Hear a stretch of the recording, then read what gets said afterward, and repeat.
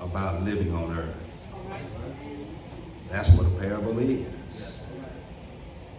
It is an earthly lesson that Jesus used to tell a story that gives some heavenly principles.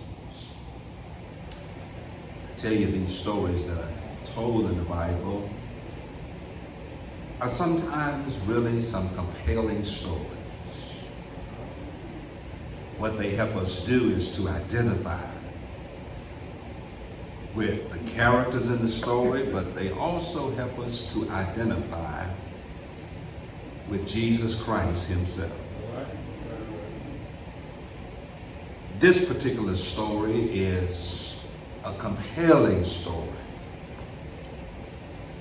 I wish I had time to explain this to you. This story is really about a mother's pain.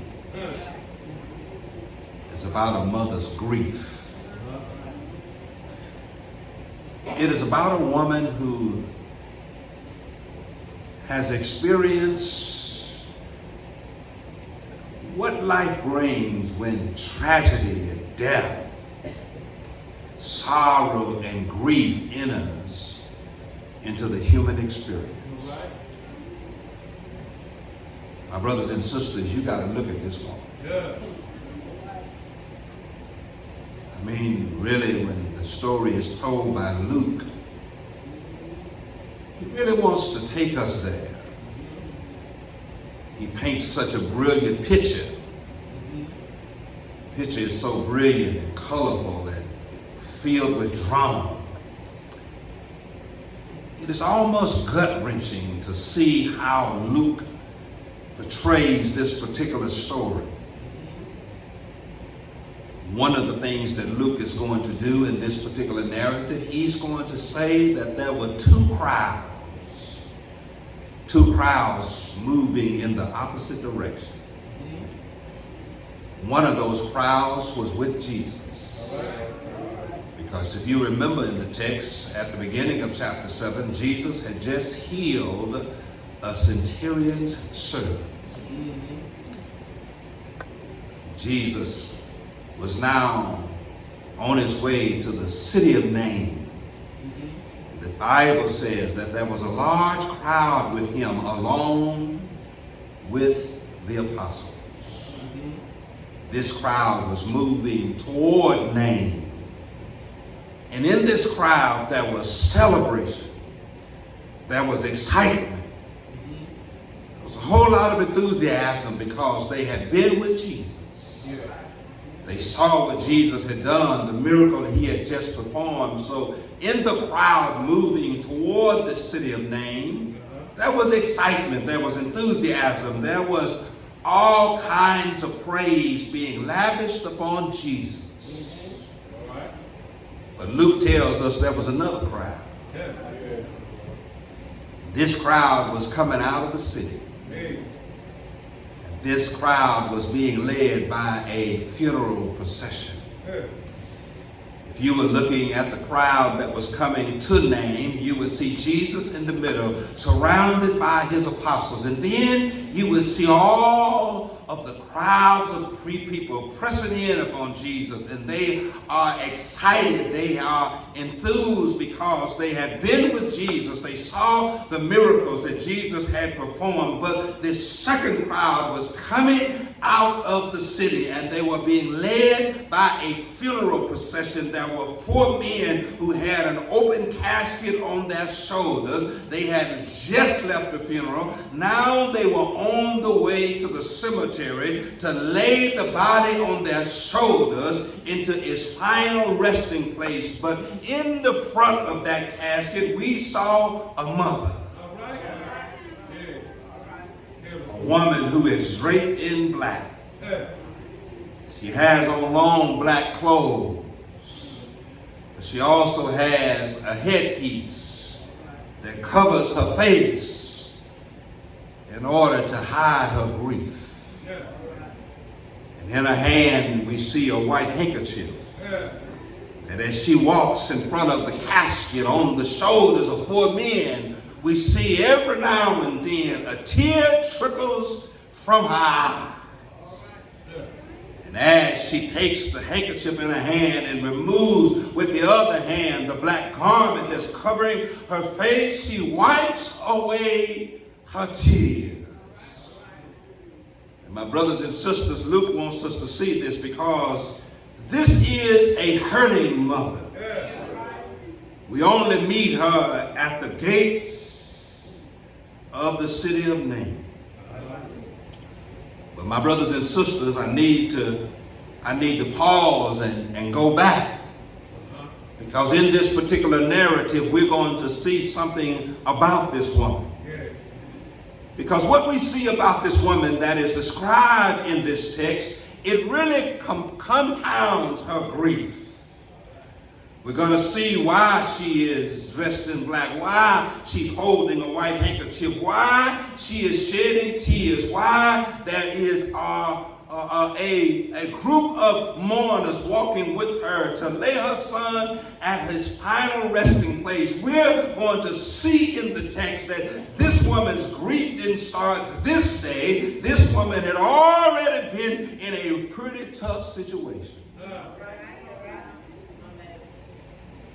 Her grief didn't start that day. Her grief just continued. And boy, I need to tell you, my brothers and sisters, you might have a day of grief when it starts, but let me tell you, it ain't over. Just keep on living. If I had time to tell somebody, I'd stop and tell you, my brothers and sisters, you're going to cry today, you're going to cry tomorrow, you're going to cry in the future. There's always going to be something in life that's going to make you shed some tears. You don't ever graduate from shedding tears. You don't ever graduate from feeling pain, grief, and sorrow. You never graduate from being entangled by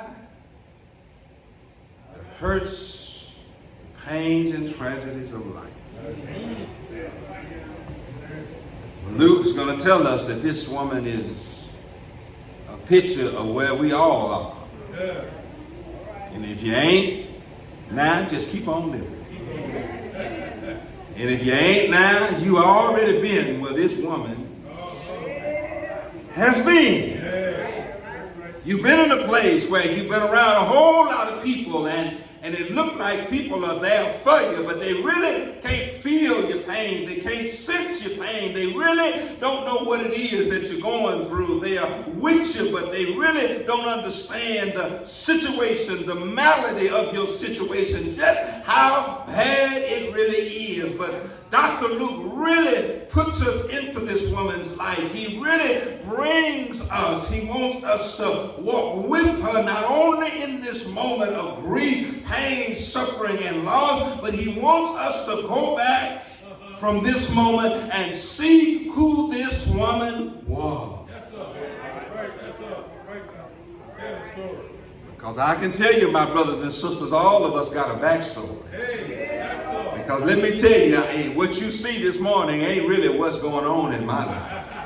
You might see me dressed up, cleaned up. You might see no tears flowing from my eyes. You might see no expressions of anxiety, depression, or loss in my life. But if you knew my story, if you knew what I went through before I ever got here this morning, you would just be taken to a place where you really understood my.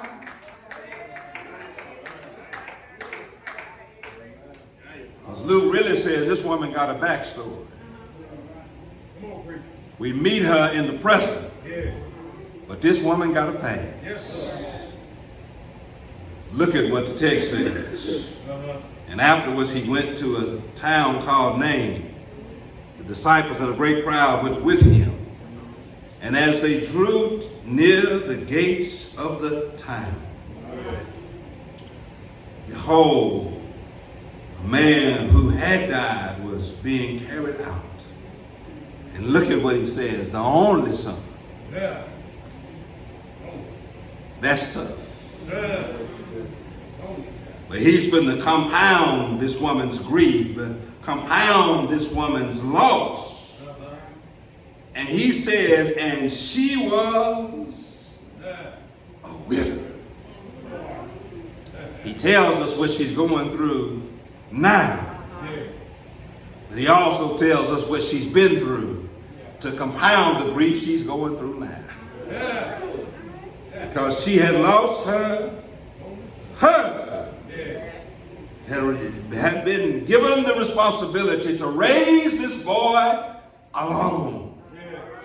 She had lost her only means of support, her only means of status, her only means of significance. And if I had time, I'd stop and explain to you that women in this day didn't have the right to have financial independence, didn't have any feminist rights, didn't have any ability to go out into the marketplace to make a living, but they depended solely upon their husbands and their sons. In the absence of a husband, then it fell upon the son to take care of this woman. But now she had lost both her husband and her.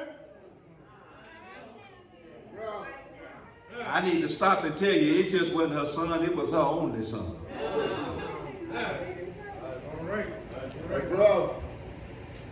I'm trying to explain that she had lost everything that meant anything to her. And because she had lost everything that meant anything to her, she found herself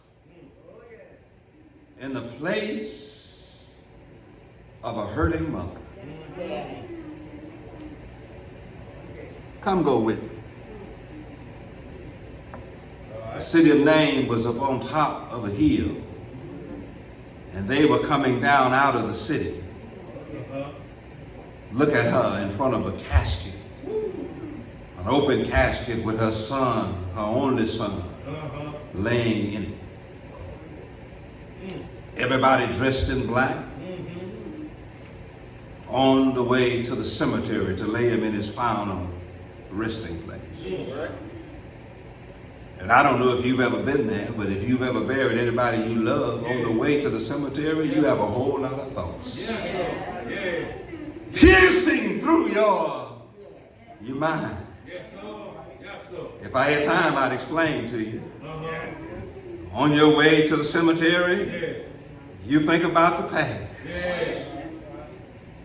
You think about the present.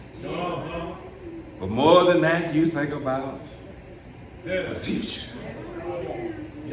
This woman was thinking about the past, the memories of birthing him, the memories of rearing him, the memories of his success, the memories of the things that made her proud. But now she's thinking about the presence. That day she had gotten ready to bury her only son, but she took on her way to the cemetery. She peered into the future, and the next day she would be in a house all by herself.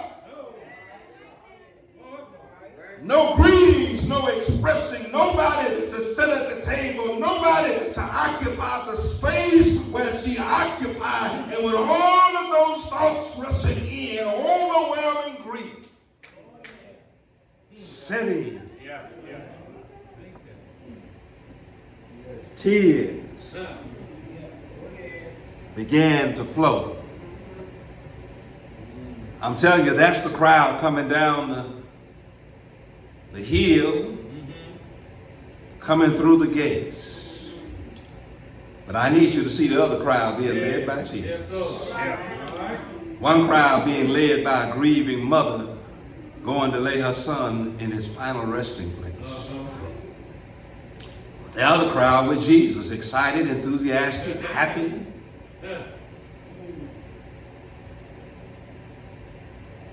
And these two crowds merge and meet at the gate of the town of Nain. Or if I had time, I'd explain to you.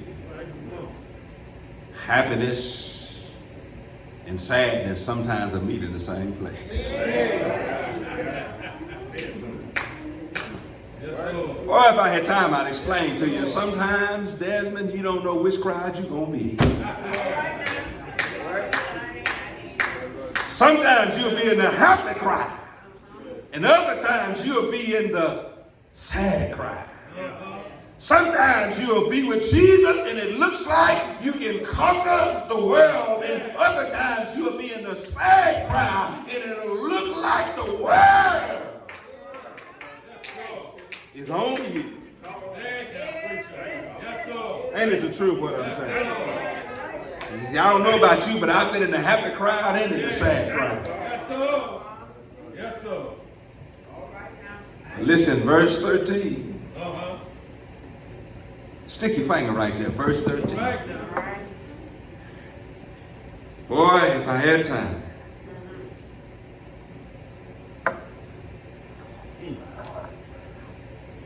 And when the Lord saw her,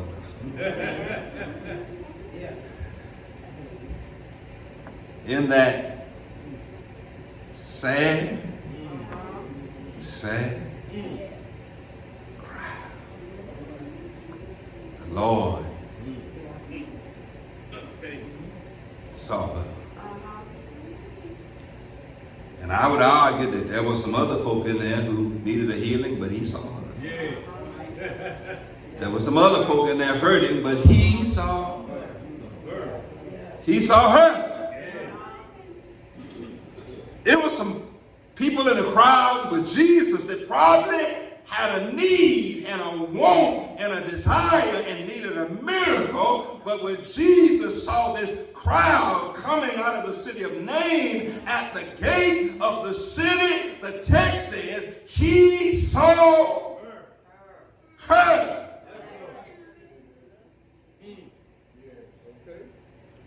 Boy, I don't have time, but I was reading the commentators and the theologian says this is a very interesting phrase, and he saw her. It literally means that Jesus fixed his eyes on her. You do know it was Jesus who saw her. Yes, sir. And when you get Jesus' eyes on you, he's more than just your friends, cousins, mom and daddy's eyes on you. Yeah. Because all you can see right now is a vest, a suit, a tie, a white shirt, glasses. But when Jesus looked at me, he can pierce through the outer layer and see what's on the inside. He can see what's in the mind. He can breathe what's in the heart. He can see what the emotional pain. He can see beyond the surface. Yes, sir. And listen, it's a strong word when it says Jesus saw. Yeah. Don't know. He pierced beyond the outer shell. Yeah. And Jesus started looking at her heart, Yeah. her mind, her emotions, Yes, sir. in her spirit.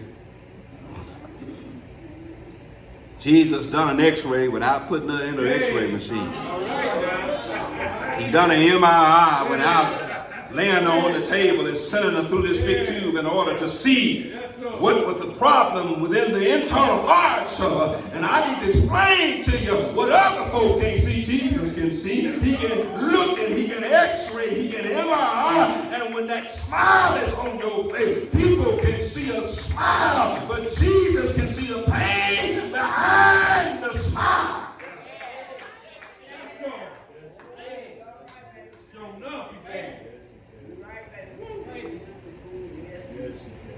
Come on, preacher.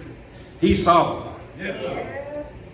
Boy, and one of the other commentators says that, isn't it interesting that he saw her and Jesus pierced through everybody that was around him, pierced through everybody that was around her, and he singled her out.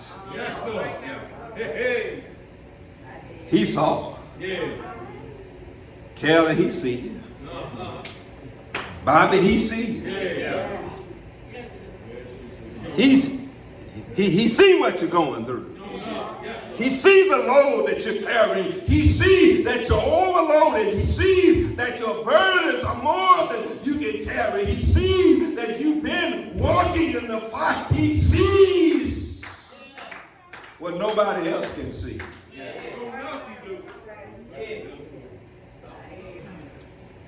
Then that second phrase in verse 13, put your finger on it. Not only does he see her, He has compassion. Boy, somebody needs that. Yes, Lord. Yes, Lord. Amen. Because listen, he had compassion. You remember in the old church, folk used to shout. Yeah. And they shout so much sometimes they just lose themselves. And when they lose themselves, they just run all over the church and they lift their hands and raise their voice. And we used to have a usher, Sister Annalie Dozier, and she'd always grab a chair and fan. Especially if that person be shouting, she grab a chair before she went to the person, and then she grab a fan, and because she had compassion, because she never knew how that shout was going to end, and so she had a chair in case they needed to sit down, and she had a fan in case they became overheated, because she had compassion. She done something about what she saw, and she was ready.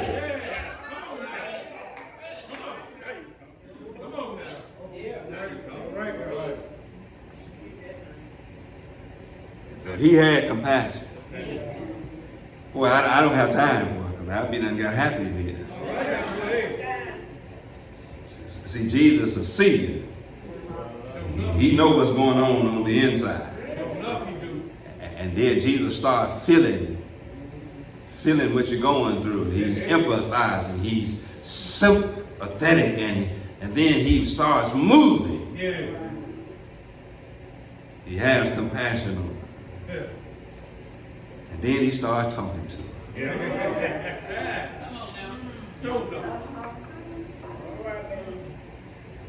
Sometimes you need more than a look, you need a conversation. Sometimes you need more than just a look, you need words of consolation, you need words of comfort. Sometimes you need to hear a word.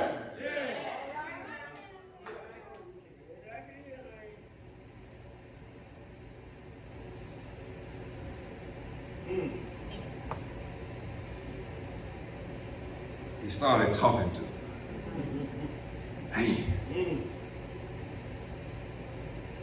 He said to her, well, I tell you, Jesus knows. Yes, he do. He knows what to say. Yes, he do. Yes, sir. Yes, he do. Now look at it, because it's in red in your Bible and in mine. Because I want to explain to you what he's not saying. And then I want to explain to you what he is saying. What he's not saying is don't shed no tears. Because see, shedding tears is natural process, a part of grief. And if you don't shed some tears every now and then, you'll become overwhelmed. And sometimes you need to let the tears flow, because tears are an automatic release, a release valve that relieves you of the pressures of life, the stresses of life. Every now and then, you need to shed. Yes, sir. A tear. Yes, sir. Show enough. And if you're like me, you're hard. You can't shed some tears naturally. Watch Best Man Holiday. And watch Morris Chestnut leave that, the burial of his wife. And see a grown man shed some tears. Listen, I done watched it 100 times and I shed some. Yes, sir. See, if you ain't shed no tears in a while, you do a tear shed moment. Do for one. He not saying don't shed no tears. But he says to her, do not weep. Well, by the time I explained the historical significance of this, because whenever somebody died, they would hire some professional mourners, and these professional mourners, they wouldn't cry, but they would moan or they would wail, and it was signified that the louder the people in this funeral procession wailed, the more they loved the person that had died. And so they knew that this was this woman's only son. And so all of these professional mourners, they were mourning so loud. So before Jesus ever saw him, he could hear him. You know, this probably was a black film. It was real loud. There's a whole lot of hollering, a whole lot of crying. It was just loud. And these professional mourners, they wailed. They didn't cry. They wailed real loud. They moaned and they groaned because it was an expression of how much you love the person that had died. But Jesus says, do not weep. That's a little deeper than crying.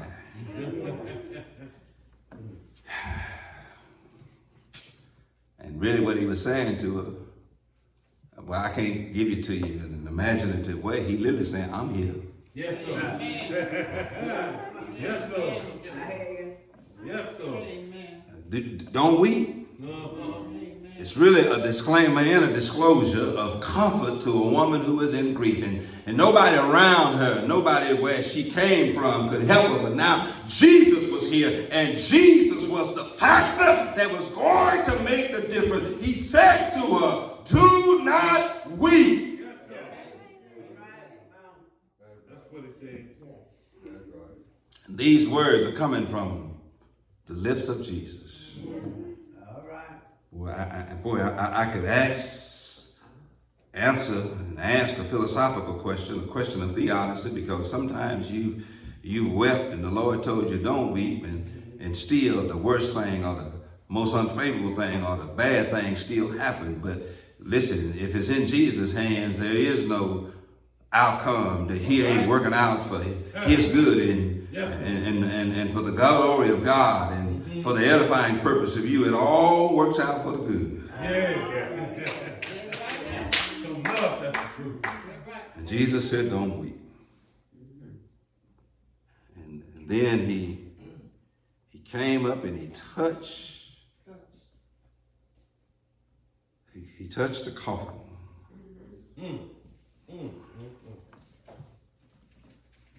And those who were the pallbearers stood still. Man, I don't have time because I gotta finish, but what good is it for Jesus to see? What good is it for Jesus to have compassion? Don't know. What good is it for Jesus to show up and don't do something to make something better that cause you to be where you are in the first place? Don't know. Don't know. Jesus didn't go and embrace the woman, didn't touch the woman, didn't hug the woman, but what he did, he focused on her problem. Her problem was that her only son was dead. And if I don't have time because I really don't, but you understand Jewish tradition that if a Jewish man touched anything unclean that was dead, he was considered unclean himself. So Jesus broke tradition in order to help this woman. He came up and he touched the casket or touched the young man's head. And the pallbearer stood still. And Jesus said, young man, I say unto you, arise. I don't have time to explain to you, but only Jesus can bring life to a dead situation.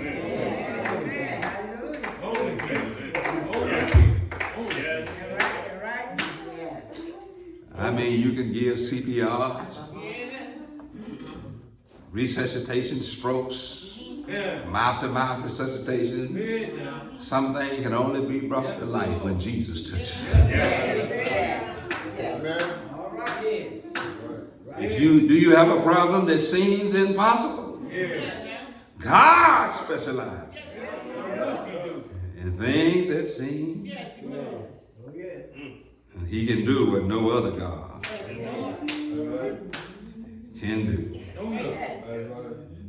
Verse 15 says, and the dead man sat up.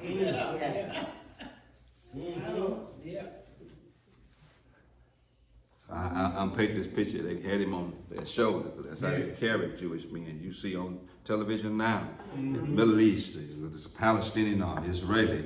whenever they go through the city, it's pressed by a crowd of people, they put the casket on their shoulder. But when Jesus showed up, he touched the casket and they lowered it so that this open casket could be exposed to Jesus. And then he touched the young man's head, and the text says he first sat up. You got to hear what I mean. Yeah. You'll get it. Yeah. He sat up in the casket. And you remember his grieving mother was leading, or either she was behind the funeral procession, and she thought that the situation she was carrying, the situation she was a part of, she thought she was going to lay her son into his final resting place. And then Jesus shows up, and then at the touch of Jesus, this young man sat up. Yeah. Yes, sir.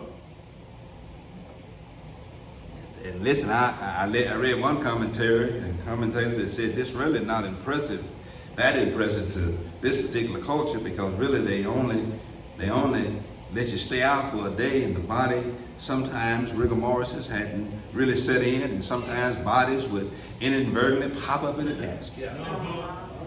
So they would just lay it back down. So if all he did was set up, that wouldn't be enough. But then the text says after he set up, he spoke up. And the text doesn't indicate what his first words were, but boy, if he said mama. I could imagine what happened at that funeral procession. All of the mourners stopped in their tracks.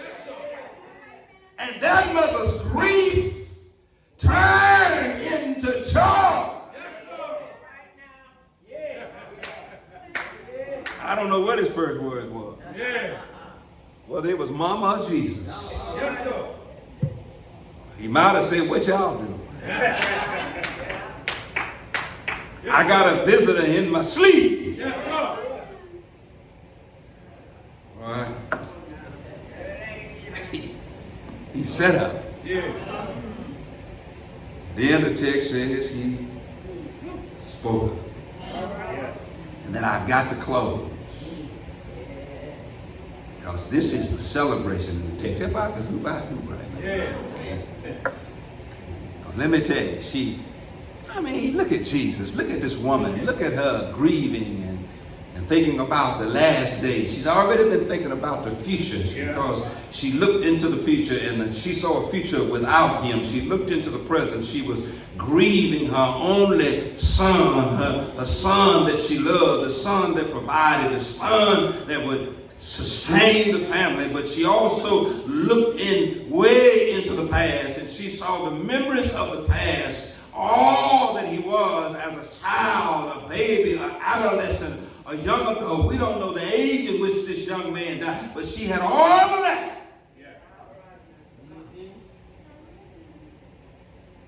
Then the last phrase in this text, and Jesus gave him back to his mother. You got to know when to shout. Have you ever thought something was dead and gone and he gave it back to you?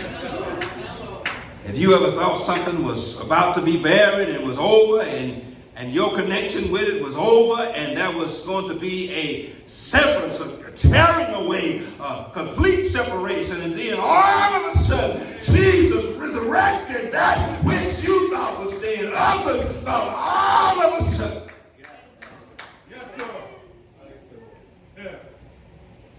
He gave him back to his mother. And that word in verse 16 says, and fear seized all of them. That word fear is not really a good word.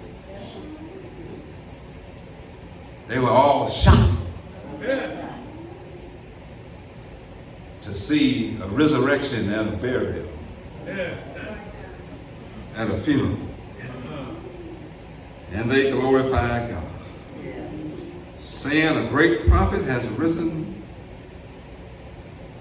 among us, and God has visited his people.